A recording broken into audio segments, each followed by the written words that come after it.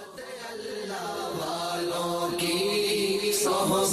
اللہ والوں کی اللہ سے ملوا جاتی ہے، صحبت اللہ والوں کی اپنا رنگ دکھا جاتی ہے صحبت۔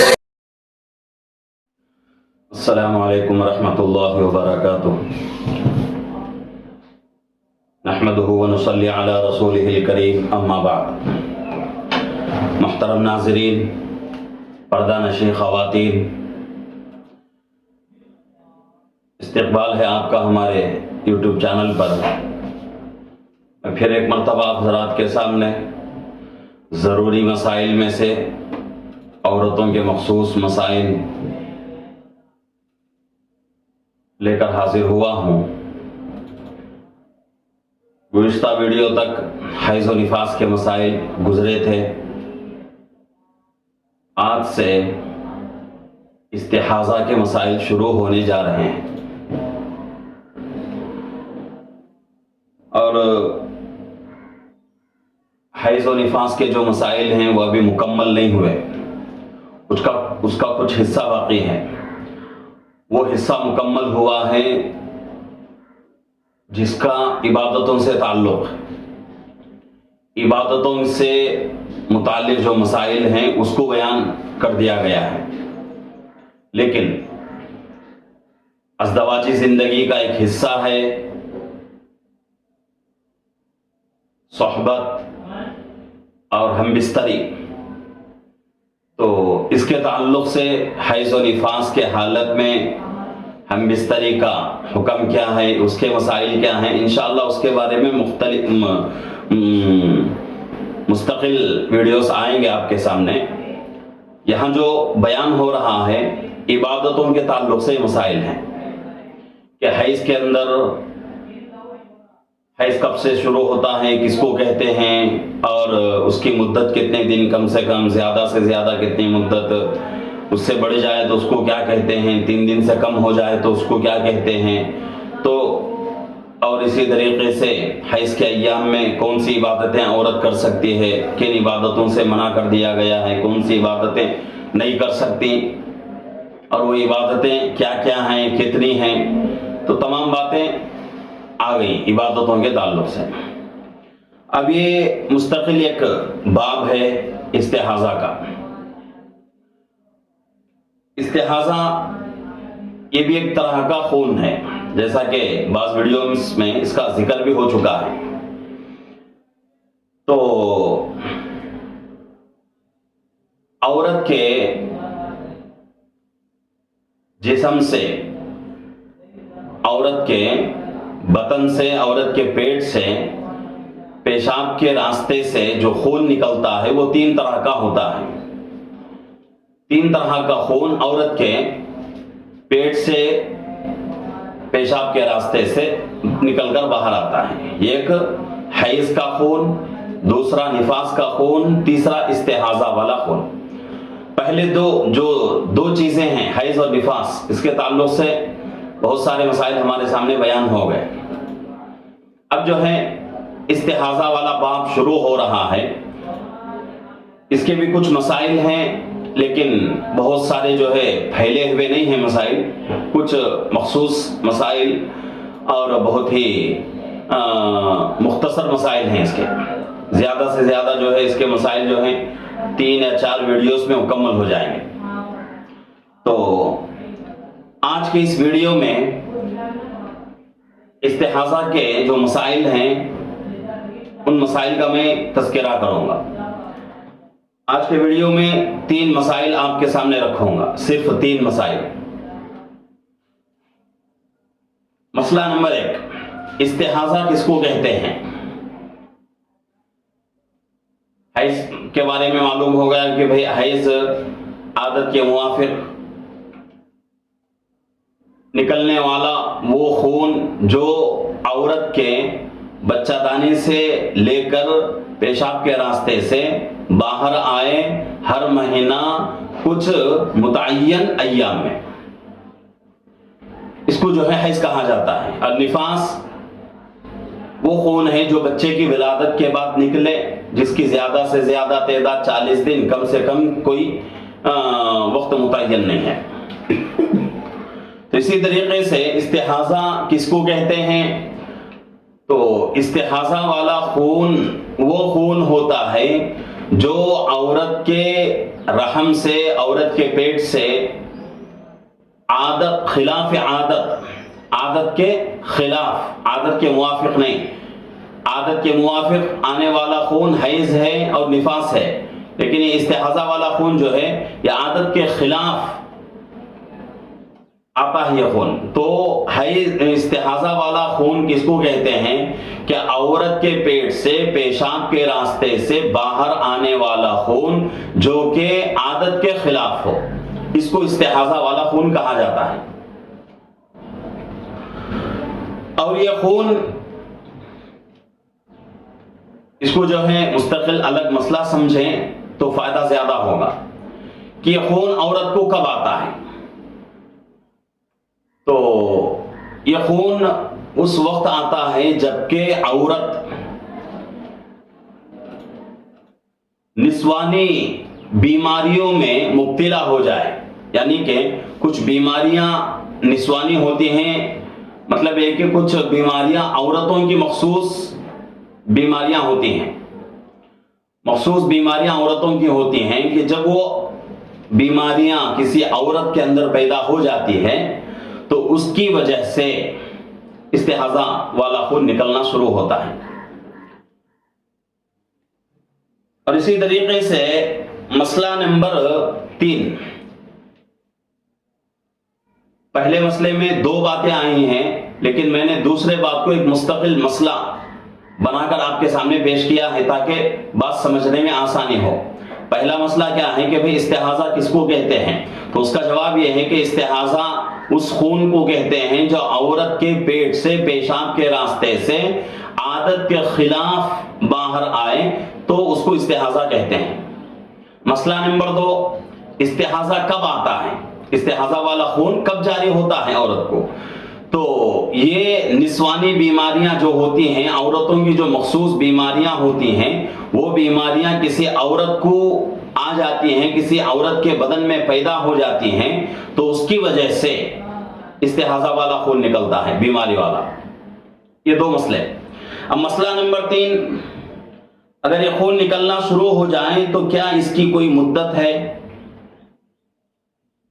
یعنی کہ اگر کسی عورت کو نسوانی بیماریاں لگ گئی جس کی وجہ سے استحاضہ والا خون نکلنا شروع ہو گیا، تو جب یہ خون نکلنا شروع ہوتا ہے تو کیا اس کی کوئی مدت ہے؟ جیسے کہ حیض کی کم سے کم مدت 3 دن، زیادہ سے زیادہ مدت 10 دن، نفاس کی کم سے کم مدت نہیں ہے، کوئی بھی متعین نہیں، زیادہ سے زیادہ مدت 40 دن۔ تو اس طریقے سے استحاضہ والے خون کی بھی کوئی مدت ہے کہ اتنے دن میں جو ہے خون آئے گا اور اتنے دن تک جو ہے جاری رہے گا۔ تو اس کے بارے میں شریعت یہی کہتی ہے کہ استحاضہ والے خون کے لیے کوئی مدت متعین نہیں ہے، کتنے دن بھی آ سکتا ہے، وہ 1 دن بھی آ جائے، آدھا دن بھی آ جائے، 1 گھنٹہ آ جائے، 1 منٹ آ جائے، یا پھر جو ہے 10 دن بھی آ جائے، 20 دن بھی آ جائے، 30 دن، 2 مہینے، 3 مہینے، 4 مہینے، کسی عورت کو جو ہے خون جاری ہی رہتا ہے۔ اور یہ پورا نظام گڑبڑ کہاں ہوتا ہے؟ جبکہ عورت کو کچھ بیماریاں لگ جاتی ہیں جس کی وجہ سے خون جو ہے نکلنا شروع ہو جاتا ہے، جس کو فقہ کے زبان میں سیلان الرحم کہتے ہیں۔ تو یہ خون جو ہے نکلنا شروع ہو جاتا ہے، تو اس کی کوئی مدت متعین نہیں ہے، کبھی بھی آ سکتا ہے، کتنے دن بھی آ سکتا ہے، کبھی بھی بند ہو سکتا ہے۔ اور جب یہ خون نکلنا شروع ہوتا ہے عام طور سے عورتیں جو ہے اس کی علاج کراتی ہیں، اور علاج کرانا بھی ہے کہ بیماری والا خون ہے، اگر چھوڑ دیا جائے تو خون جاری ہی رہتا ہے، جس کی وجہ سے عورت بدنی اعتبار سے کمزور ہو جائے گی۔ تو اس کے لیے علاج بہت ہی ضروری بھی ہے کہ بیماری والا خون جو ہے وہ بیماریاں ختم ہو جائیں جس کی وجہ سے خون نکل رہا ہے۔ اگر بیماری نہیں رہے گی تو خون کا نکلنا بھی بند رہے گا، اگر بیماری رہی تو خون جاری رہے گا، جب خون جاری رہے گا تو ظاہر سی بات ہے، فطری چیز ہے کہ عورت ایک قسم کی ناگواری محسوس کرتی رہتی ہے، اور عورت کے اندر کدورت آ جاتی ہے، عورت جو ہے اپنے آپ کو گندی محسوس کرتی ہے۔ تو اس لیے اس بیماری کا، ان بیماریوں کا علاج وقت پر مکمل طریقے سے، صحیح طریقے سے کرانا بہت ہی بہتر ہے۔ اسی طریقے سے مسئلہ نمبر 4، جب یہ خون نکلے تو عورت بدن کے اس حصے کو جہاں خون لگا ہو اور کپڑے کو دھوئے یا نہ دھوئے۔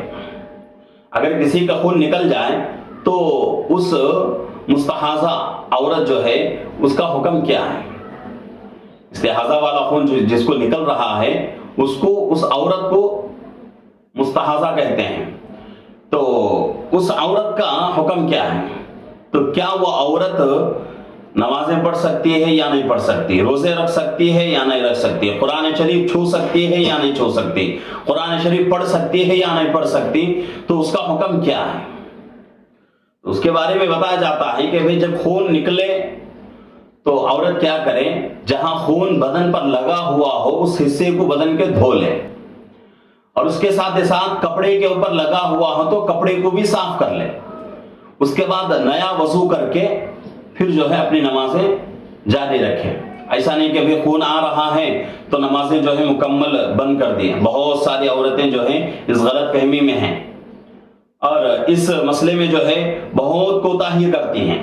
اس مسئلے میں بھی، اور اس سے پہلے نفاس کے تعلق سے ایک مسئلہ گزرا تھا کہ کسی عورت کو جو ہے بچہ پیدا ہو گیا، ڈیلیوری ہو گئی، بچے کی ولادت ہو گئی، تو عورتوں کے ذہن میں بیٹھا ہوا ہے کہ 40 دن تک کسی بھی حال میں نفاس آئے گا ہی آئے گا، نہیں آئے تب بھی جو ہے عورت ناپاک۔ عورتیں اب کیا کرتی ہیں، نماز روزہ سب چھوڑ دیتی ہیں۔ تو یہ جو ہے بہت بڑی غلطی ہے عورتوں کی، بہت بڑی جو ہے غلط فہمی ہے کہ جب خون بند ہو جائے، زیادہ سے زیادہ مدت نفاس کی 40 دن ہے، مطلب کیا ہے 40 دن کا؟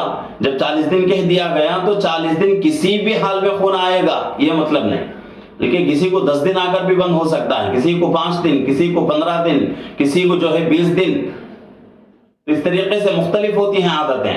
تو عادت کے موافق خون آ کر بند ہو جاتا ہے۔ جب بالکل بند ہو گیا خون تو عورت کے لیے ضروری ہے کہ عورت کیا کرے، غسل وغیرہ کر کے پاک ہو جائے، اپنی نمازیں شروع کر لے۔ تو نفاس والے اس مسئلے میں بھی عورتیں بہت غلط فہمی میں مبتلا ہیں اور اس مسئلے کے اوپر جو ہے مکمل طریقے سے عمل نہیں کرتے۔ تو ضروری ہے کہ اس مسئلے کے اوپر عمل کریں۔ اسی طریقے سے ہاں استحاضہ والا خون اگر کسی کو آ رہا ہے تو عورت یہ سمجھتی ہے کہ بھئی میں ناپاک ہوں، کیوں خون نکل رہا ہے؟ ہر نکلنے والا خون حیض نہیں کہا جاتا، ہر نکلنے والے خون کو حیض شمار نہیں کیا جا سکتا۔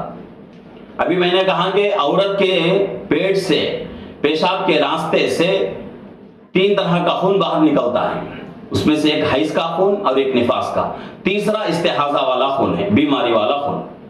تو بیماری والا خون جب جاری رہے تو اس کا غسل نہیں ٹوٹتا، وہ اس عورت کے اوپر غسل واجب نہیں ہوتا۔ ہاں ہر نماز کے لیے تازہ وضو کر لے اور اپنے کپڑے کو صاف کر لے، اور اسی طریقے سے اپنے بدن کے اوپر جہاں جہاں بھی خون لگا ہوا ہے اس کو بھی جو ہے صاف کر لے، اس کے بعد جو ہے نماز جاری رکھے۔ ایسا نہیں کہ ابھی خون بند ہو گیا تو اس کے بعد نماز پڑھیں گے دیکھا جائے گا، تو یہ جو ہے بہت بڑی غلطی ہے۔ عورتیں جو ہیں ان غلطیوں میں مبتلا رہتی ہیں۔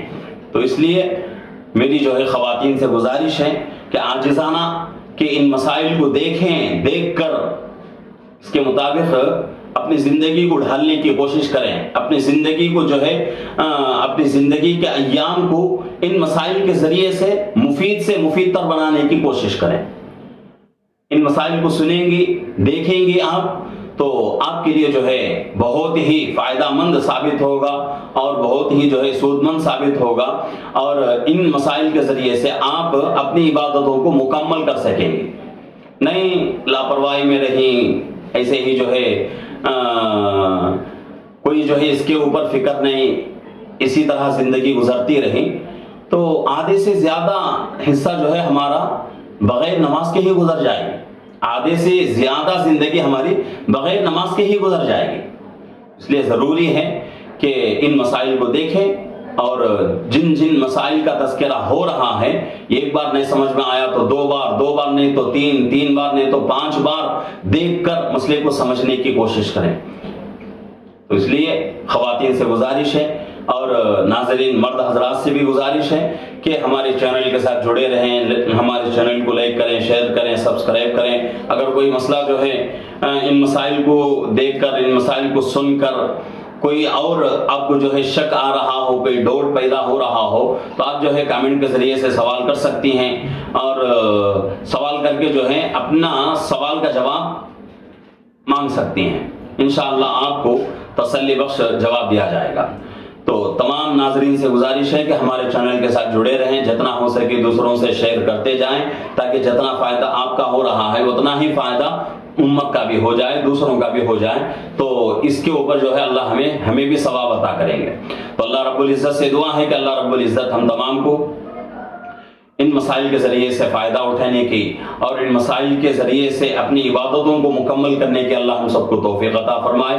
آمین۔ وآخر دعوانا ان الحمد للہ رب العالمین۔ السلام علیکم ورحمۃ اللہ وبرکاتہ۔